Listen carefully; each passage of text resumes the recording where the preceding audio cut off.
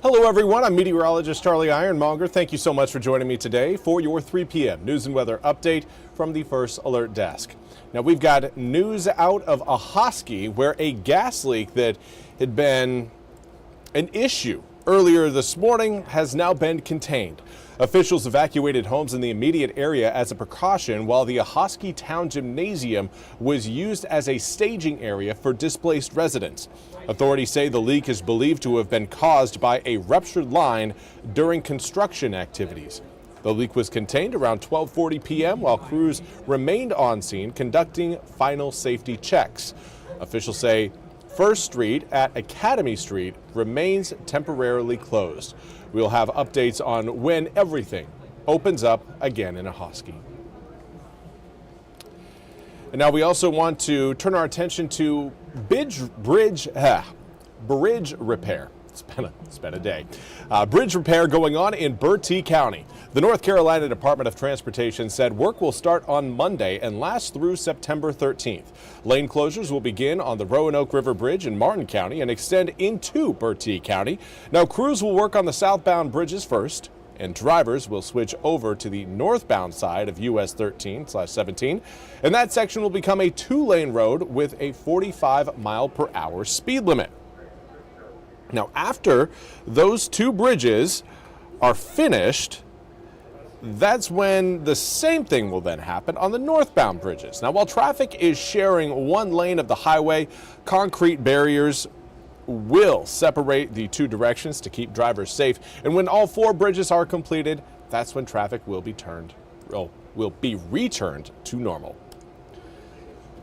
And now let's talk about your forecast. We are about 2 hours away from the first pitch of ECU versus North Carolina in terms of men's baseball, and well, everything is kind of clearing out ahead of the first pitch. Now we have had again some rain showers roll across the east so far this afternoon. Right now the heaviest of those rain showers approaching the coast and going to be moving offshore here within the next 15 to about 30 minutes. But there are still some rain showers a little bit further back towards the west, kind of near Highway 17, extending from about Chocowinity all the way up towards Plymouth, even extending towards Edenton and Elizabeth City as well. But those raindrops, again, just kind of trailing drops, same general forward movement speed. Those are going to be exiting fairly quickly as well. So that's something we'll continue to keep an eye on. But moving forward through the overnight hours, it's highly unlikely that we are going to be seeing any sort of additional boundary roll through like the one we had earlier today that we're now kind of saying goodbye to along the coast. Obviously, coastal communities are seeing it right now, but areas around, say, coastal Onslow County, the heaviest stuff is now off the shore or off the coast. Those of you watching along the northern Outer Banks, heaviest stuff right now south of Oregon Inlet, and then you're just looking kind of at pretty basic, straightforward rain showers. So let's take a look at again what we've got air temperature wise, and most of us are still sitting in the 60s. Some of us in the low 60s, others in the upper 60s, some of us in the mid 60s, but everyone has cooled off from where we were earlier today. We had the mid to upper 70s across many inland areas ahead of those rain showers, but those rain showers brought in the cooler air, and it has made it feel a little bit cooler outside, but still feels pretty good. Right now we've got a southwesterly breeze coming in at about 5 to 10 miles an hour. This is a look outside through our Greenville Pirate Cam. Right now, again, ground looks a little bit damp, but we've got blue skies overhead, which is good news for baseball fans. Does not look like we're going to be seeing any sort of inclement weather by the time we get to first pitch. Again, we have kept about a 30% chance of rain in the forecast there coming up for 5 o'clock, but that's looking slimmer and slimmer as the minutes tick by. 63 degrees during the 4th inning, turns to 61 degrees by the time we head home. Overnight lows tonight should dip down into the low 50s by tomorrow morning, and then we're going to pretty much see the low 60s for your highs tomorrow afternoon.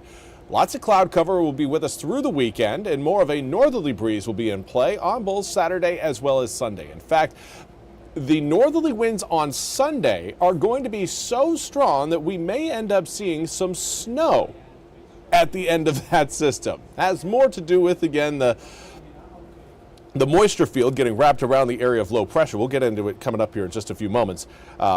But as far as rain showers tonight, again, everything moving off the coast as we head towards 6, 7, 8 p.m.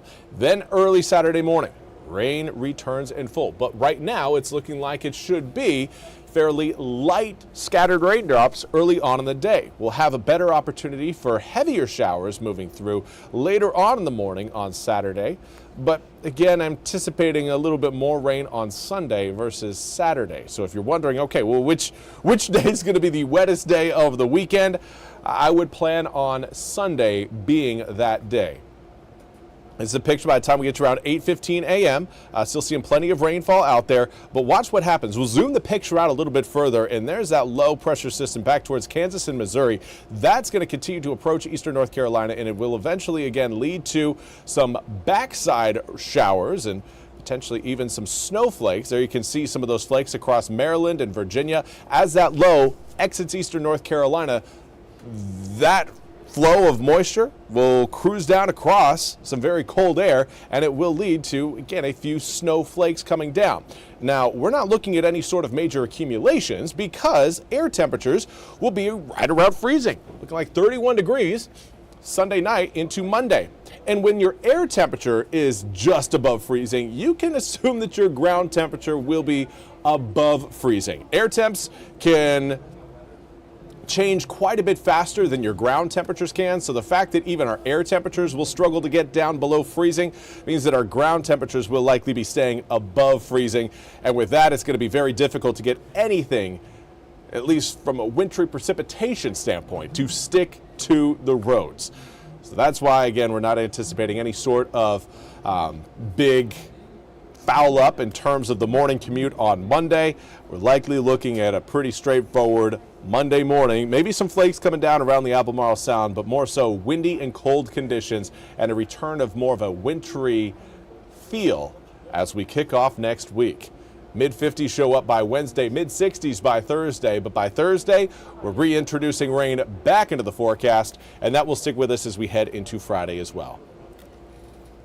Well, that's all we have time for today's 3 p.m. news and weather update from the First Alert Desk. I want to thank you all so much for joining me. We'll be back with more news and weather coming up at the top of the hour. Until then, have a fantastic rest of your Friday.